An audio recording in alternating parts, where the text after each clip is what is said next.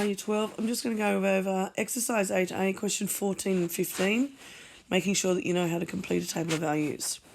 Now, completing a table of values is pretty much calculator work. So it is very important that you are plugging in the numbers into your calculator correctly. So for that reason, I'm going to get my calculator up. Now in 14A, the equation is y equals 2x squared minus 4x minus 6.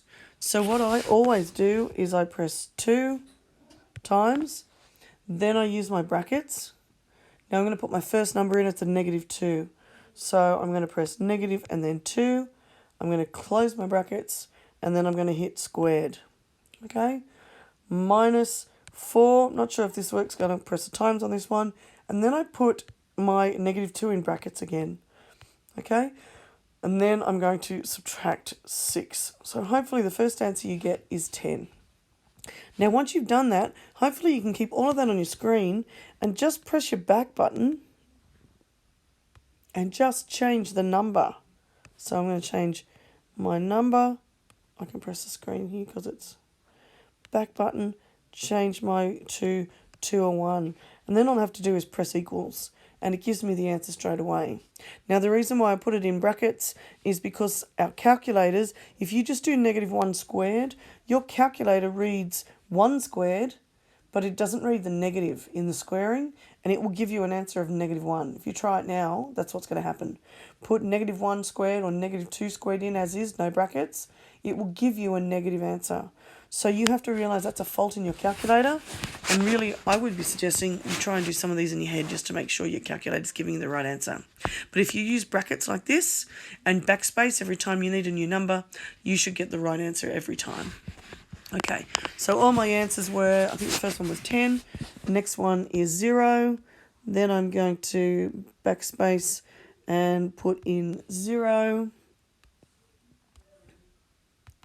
and 0, that gives me negative 6, then I'm going to put in a 1, and a 1, that gives me negative 8, then I'm going to put in a 2, and 2, that gives me negative 6, then a 3. Now remember, you should be getting some repeats because it's a parabola. It's going to go up and then it's going to come back down again. Oops, sorry. 3, didn't put a 3 up there, did I? Come on, there we go. And that gives me 0, okay? And then I put a 4 in, another 4 in, and that gives me 10. So hopefully you've got some numbers repeated. You started at 10, you ended up at 10. So let's have a look and see what it looks like. Here it looks like this. Beautiful. Notice the number in front of the x squared is positive, so we should have a concave up parabola like this one. Okay, so it says what's the minimum value of the quadratic relationship? So hopefully you notice we can touch down here. We get 1, negative 8 as our coordinate. What is the value of x that gives this minimum value? So the minimum value is usually always the y. Okay, so the negative 8 would be the answer for C. And what is the value of x that gives this minimum value? Well, obviously that's the number 1. Okay, so make sure you know how to complete a table of values just in case you get asked that in a test.